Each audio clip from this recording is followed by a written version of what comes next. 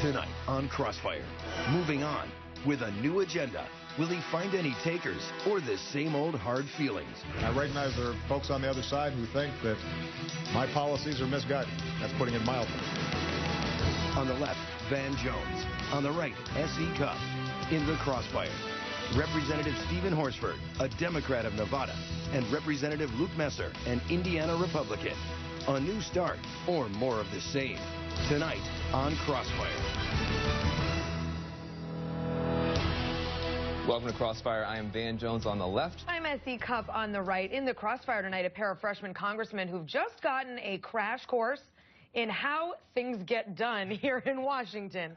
The president took an opportunity today not to bring two political parties together or to assure the country that he will get us back on course. Instead, he took swipes at Republicans, lectured us about how government should work, and, of course, criticized Washington. We know that the American people's frustration with what goes on in this town has never been higher. That's not a surprise. That the American people are completely fed up with Washington. You know, Van, the way the president always sort of sniffs at Washington dysfunction, you'd think he'd been living in Duluth for the last 6 years. Like, he left for the weekend and came home and the kids had trashed the apartment. I mean, it really is sort of mind-boggling. Mr. President, this is your town. This is your Congress. This is your mess. Well, listen, no matter what this president does, you guys are going to knock him. When he doesn't go on television, he tries to stay out of the way. You say, oh, he's missing in action. He goes on. He's arrogant. No matter what this president does, he gets beat up on, and I'm sure he's exasperated, as is our guest. Let me get you guys in here in the crossfire tonight. We have Representative Steve Horsford, a Democrat from Nevada, and Representative Luke Messer, an Indiana Republican. Look, both of you guys, welcome. You are both fresh persons, I guess we should say, to be politically correct. Baptism by fire, right? I know. What a crazy way to start. But look, let me start with you. I mean, here we are already off to the same kind of thing. I hear from a lot of conservatives that, this president, he never reaches out. He never tries to negotiate. He's a dictator. He's a tyrant. Let me throw some facts at you, and you tell me why I'm wrong. I don't see it that way at all. This president has reached out. I remember when he got inaugurated. Republicans met, this is before the Tea Party, before he had done anything, and said we're going to block him on everything. Not just the bad stuff, everything. I remember McConnell saying it's going to be a one-term presidency. I remember the people yelling at him, you lie, on the Congress floor. I remember with the stimulus bill, he reached out to you, $300 billion in tax cuts. Republicans voted against tax cuts to vote against him. Healthcare bill, Republican bill, Obamacare. Republicans voted against their own principles on that. Can you tell me, honestly? Yeah. You don't let him get away with all of that. You have plenty of time to respond. But here's my question. Yeah. Don't you think the president has done anything right? Can the Republicans take zero responsibility for the tone? Oh, no. I think all parties have a responsibility for the tone here in Washington. I think the president is the president of the whole country, not just the president of the Democratic Party. And when you have events like took place over the course of the last couple of days, it doesn't help matters for him to try to do your job, Van, or the job of other Democratic commentators. He needs to bring folks together. Steve and I have worked together, gotten to know each other as freshmen. One of the mandates of our class is that folks expect us to come here and at least get along. There may be times on principle that we don't agree, but we ought to try to get along. Here's the big thing, though, is I think some of the whining out of our party about his comments today, the reality is what he said today won't matter near as much as what he does over the course of the coming weeks and months. Oh, that is completely true. But Congressman Horsford, for as long as we've known him, the president has been talking about trying to transcend politics, change the tone in Washington. He said it in 2008, he said it in 2012. How was his speech today, just focusing on the rhetoric, which could have been an opportunity to really transcend? How was his speech today, a scolding message to Republicans? How was that real change? Well, don't see it the way you just said. It's not about scolding Republicans as much as it was to thank our public servants who work hard every day to provide critical services to my constituents, to Luke's constituents throughout this country. They got beat up during this government shutdown. They got used as a punching bag. And the only reason that the government is open today is because Senator Reid, Leader Pelosi, the House Democrats' unity, and the resolve of the president. If it were up to the Republicans, we would still be shut down. 800,000 people would still be on furlough. Our economy would be suffering. Mitch McConnell gets no credit in your calculus? Mitch McConnell for doing his job, for agreeing to pass a funding bill and averting a default. So he was just doing his job, but the president transcended today by voting for more government I think it is much more productive to focus on moving forward. We've got a budget to balance, but I can't let that pass. Please I mean, don't. The reality is House Republicans passed 13 different bills. I think 1 or 2 of them Stephen voted for that would have kept areas of government open. The folks would have gotten paid. This was used by political leverage by the president and Harry Reid to force the result that they got. Listen, they won this phase of the debate. They did, because essentially the bill that passed last night is a bill that the president would have signed on September 30th. But we now need to move forward, and our nation's leader needs to be a part of making that happen, helping that happen. Nobody won from this, first of all. The American people, unfortunately, who've been struggling are the ones who paid the biggest price. $24 billion of lost economic activity because of 16 days of a GOP shutdown. It was unnecessary, it was reckless, it was irresponsible, it never should have happened, and I'm glad that we now have reopened the government, that we averted a crisis. S&P recorded record points today because we did our job yesterday, and it's the job that we need to keep doing. Well, let me ask you a question. I mean, we did have 16 days. It was pretty rough for everybody, certainly rough for the workers you just referenced, rough for Republicans, rough for everybody. But last night, you voted against opening the government. You voted against lifting the debt ceiling. If everybody had followed your leadership, sir, today we would be in economic catastrophe. How do you justify that vote, and what do we think about from you going forward? How do you justify that vote? I voted no yesterday because it was a bad deal for the American people. I mean, the president got a blank check on the national debt into the middle of next spring. I mean, the date is February, but it could be pushed with extraordinary measures into March and April. So you'd rather for us to be shut down right now and in default? No, listen, right the facts are these. You're a congressperson. No, I know the president's had some great rhetoric in the last couple of weeks, but lost in that rhetoric is this: that 27 times in the last 40 years, budget spending reduction deals came in conjunction with the debt ceiling increase. Presidents Reagan, Presidents Clinton, George Herbert Walker Bush, even this president 2 years ago. You have done a great job, honestly, of making sure we were aware of that history. But the history I'm concerned about is last night and your vote. Would you be happy if right now we were in default? No, nobody wanted to be in default. Well, but you you didn't vote to fix it. The president didn't negotiate.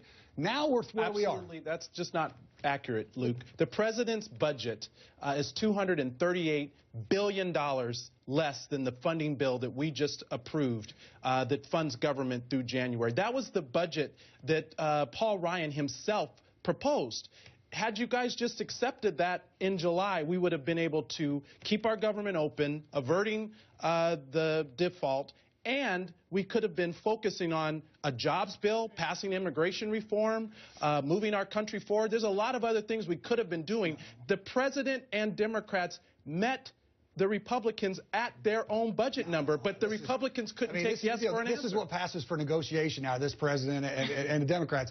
They decide what thing we don't like we should take, and then they decide something they don't like too, and then that's a compromise. That's not the way that real compromise works in real life. Sure doesn't work that way in my marriage, probably not in yours either. And what we need to do now is not focus on the last 12 days or 16, 17 days and focus on what we're going to do to avert the next shutdown. Well, and let me talk to you about that next thing coming up, because I'm going to admit Republicans lost on Obamacare. They didn't defund it. They didn't delay it. They barely got any changes made to it.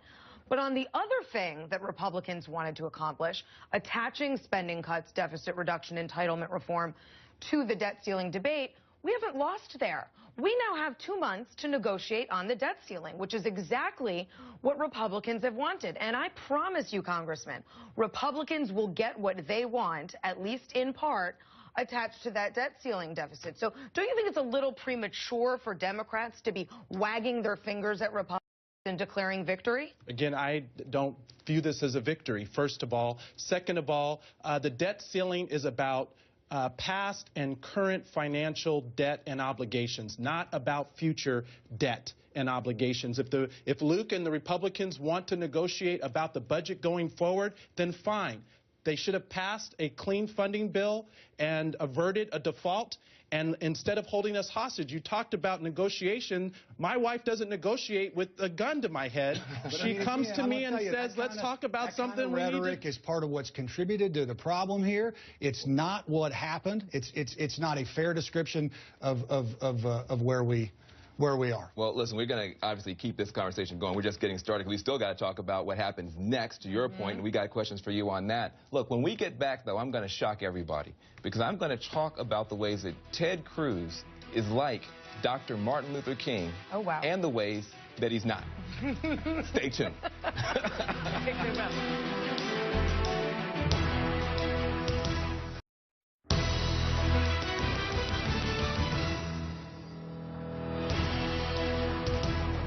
Welcome back. In the Crossfire tonight, we have Democratic Congressman Stephen Horsford and Republican Congressman Luke Messer. Now, look, I'm going to shock everybody tonight. There is something about Ted Cruz that I actually admire, and there's something about him that really concerns me.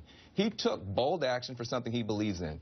Every leader I admire has done that, including Dr. Martin Luther King Jr., my personal hero. But here is the difference, and here's what really bothers me about Ted Cruz. Senator Cruz will not take personal responsibility for his own actions or for the consequences of his actions. He says, this is not my shutdown, this is Obama's shutdown. Now look, Dr. King never called a rally or a march and then said, this is not my rally, this must be Bull Connor's rally. Dr. King's tactics were controversial. They were provocative, but he owned them. Ted Cruz should have taken personal responsibility and said, yes, I did this, and here is why. Don't blame other people for the shutdown, Senator Cruz. Own it. And the fact that you won't makes me fear that you're not going to be a great leader, but a misleader. So with that, I want to turn to you. You've been allied with Senator Cruz. I know you share a lot of the same views, but I know you're a dad. And I am very concerned that we are setting a bad example of the adults now, whatever we believe, not taking personal responsibility. Are you concerned about that? I agree. I mean, I agree that folks on both sides of the aisle need to take personal responsibility. We talked earlier about the president's comments today. The reality is by definition, the government got shut down. That's not the way it's supposed to work, and we need to find a way through it. I think the real test, the real decision about the last 2 weeks is going to come next year as Obamacare rolls out. If Obamacare is a rousing success, then the last 2 weeks are going to look a lot like they do today. If Obamacare is a big failure, it'll look much different. Can I ask you one quick question about this? Because I didn't get this clearly from you last time. We did have this shutdown. You did not vote to reopen the government. You had your reasons for that. But we're going to be in the same situation again. You've got a bunch of people saying different things. McCain, McConnell say never going to have a shutdown. Cruz says might have a shutdown. Where are you on another shutdown? I think we need to go to work today. I was glad to see the budget leaders working, and the American people won't excuse another shutdown. So we have got to work together, all parties, Fair enough. to make sure we find a compromise that keeps the government open. Congressman Horsford, the president keeps saying we have to stop careening from crisis to crisis. But in my mind, it seems like we're just careening from policy failure to policy failure, whether on immigration or gun control, Syria, these budget messes. It doesn't seem like the president's managed to accomplish much. He is winning on politics. I give you that. Absolutely. But what is the achievable policy that he's really managed to sort of like batten down in his second term? Well, look, this president has worked extremely hard, despite the obstructionism that has happened in the Congress, to move our country forward. Under this president in the last 2 years, our economy has added more jobs every month consecutive. month after month. He wants to pass comprehensive immigration reform and has put a very clear plan forward. I'm proud to be sponsoring H.R. 15, which mirrors the policy that he wants to see implemented. But you know what? He needs a Congress that will work with him and not against him. Senator Reid in the leadership in the Senate is working with him, but unfortunately, Speaker Boehner and a faction of Republicans in the House have blocked him in every way. And that's blocked the country. But all this talk of Republican obstructionism really makes it seem like Obama and Democrats see him as a victim. Will that be his legacy, one of victimhood instead of leadership? No, look, this is about helping our president succeed for the country. This is about America succeeding. I believe in a country that can still do great things, as the president talks about. But we need a Congress that will work with him to achieve that. And right now we have too many Republicans who are about ideology, who are about an extremism, who aren't about doing their job on behalf of the American public. I think we got to improve our tone a little bit here. But, you know, one of the lessons of events of the last few days is that it's very hard to move big public policy without public sentiment on your side. The president has more powers of persuasion than anyone in the world. More tool. If he calls a press conference, people will come. He said the other day that if one of the coolest things about being president is if you call anybody in the world, they call you back. But when the president decides to try to order people to do things instead of trying to persuade them to do things, he's going to have a small presidency. Well, speaking of message, and we are now trying to move forward to figure out what we can expect going forward. There seems to be some mixed message or some confusion about what we should learn in your party. Rush Limbaugh had this to say today. I want you to hear this sound, and then I want to read something. You give me your take on this. What should we take from this? Rush Limbaugh. Do we have that? I was trying to think earlier today, if ever in my life I could remember any political, a major, not a third, but any major political party being so irrelevant. I have never seen it. I have never seen a major political party simply occupy placeholders, as the Republican Party is doing. Okay, so now that's him going after the establishment, after the mainstream of the party, and then at the same time, you have conservative activist Grover Norquist, and he says, he's blaming the opposite crowd. He says, if you make a mistake as big as what they did, talking about the Ted Cruz crowd, you owe your fellow senators and congresspeople, including yourself, a big apology, and your constituents, because they did essentially nothing. Now, who is right? Is Grover Norquist right, and should you take his lessons, or is Rush Limbaugh right? Who's right? What I would tell you is this, that now is not a time for finger pointing, and it is not a time for punditry on finger pointing, at least from me. Okay? You know, I would tell you this, is in these, I try to learn in life. I haven't lived a perfect life. I've made my mistakes when things haven't worked out the way I wanted them to. I've tried to learn. And I can tell you, I have no regrets on our policy or principle here. But even myself, as I look at it the last 9, 10 months, I don't think my tones have been perfect everywhere we've gone. And if you're going to work together as leaders, you got to be able to talk to each other. And so I think we've got to work through that. You know, frankly, I think the key to the future of the Republican Party is to focus on the things where we agree. We all agree that government ought to be smaller. We all agree taxes ought to be lower. None of us like Obamacare.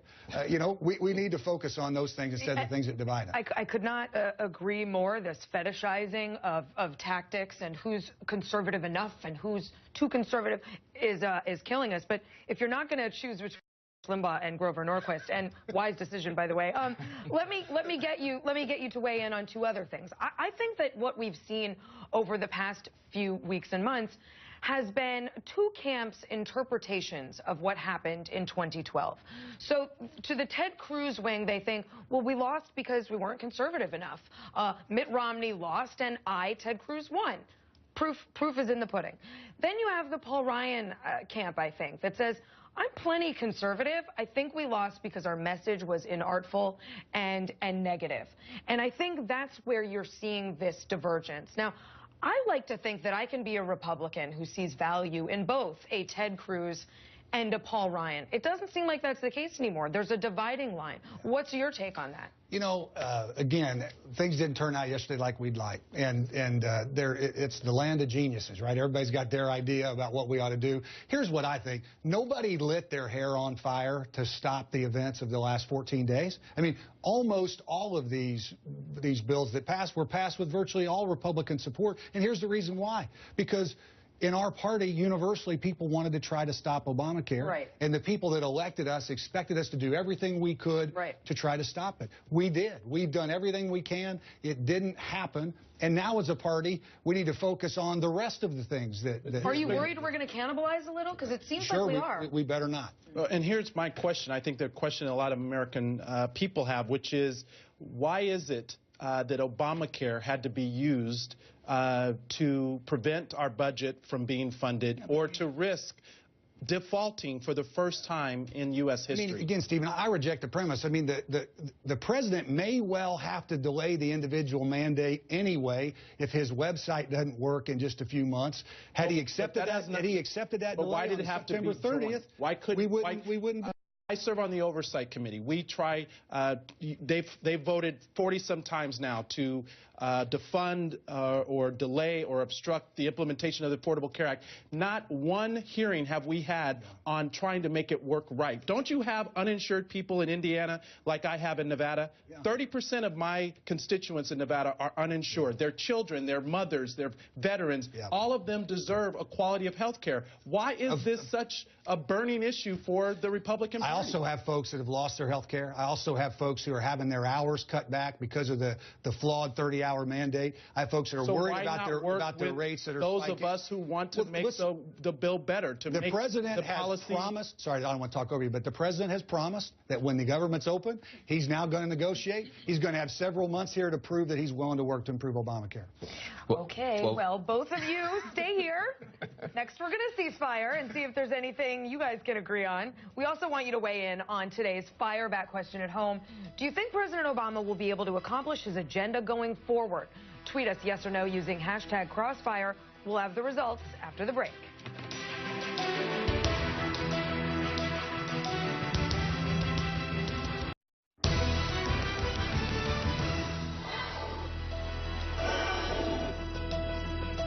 We're back with our two freshman congressmen. It's time to call a ceasefire. Is there anything you two can agree on? Congressman Horsford, we'll start with you. Well, I think Luke and I both agree that this shutdown was unnecessary, and we need to avoid it happening again. And both sides need to work together between now and January to avoid another shutdown from happening ever again, because it caused way too much havoc. It was unnecessary. You know, both of us came here to govern. We're former state legislators, and we're used to compromising. We understand that neither side is always going to get our way, but we've got to work together, open the lines of communications, and help. Yeah, I do. I mean, the number one thing I agree on is we both overachieved in marriage. We both did. I know that. I've met his wife, and he's met mine. So, you know, beyond that, there are certainly policy challenges we face as a country.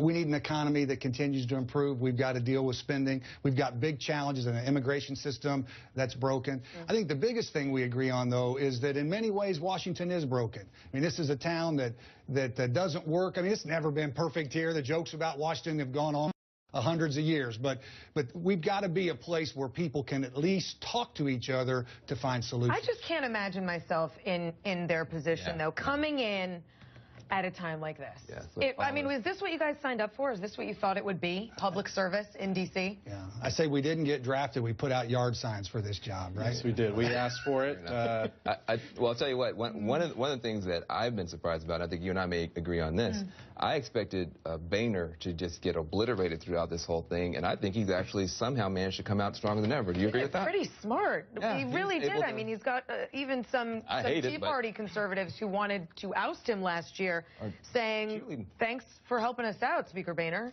I think the Speaker did a good job in tough circumstances. Yep. He ultimately got to the right place. he could have got there a lot sooner. Fair enough. Listen, I we want go. to thank both of you for being here. We've got to have you back. These young Congress folks, these new ones are amazing to have. Listen, if you want to be a part of this conversation going forward, go to Facebook or Twitter. You can weigh in on our fireback question. Do you think President Obama will be able to accomplish his agenda going forward? Right now, 44% of you say yes, 56% say no. The debate is going to continue online at cnn.com/crossfire, as well as on Facebook and Twitter. Proudly from the left, I'm Van Jones. Proudly from the right, I'm Essie Cupp. Join us tomorrow for another edition of Crossfire. Aaron Burnett out front starts right now.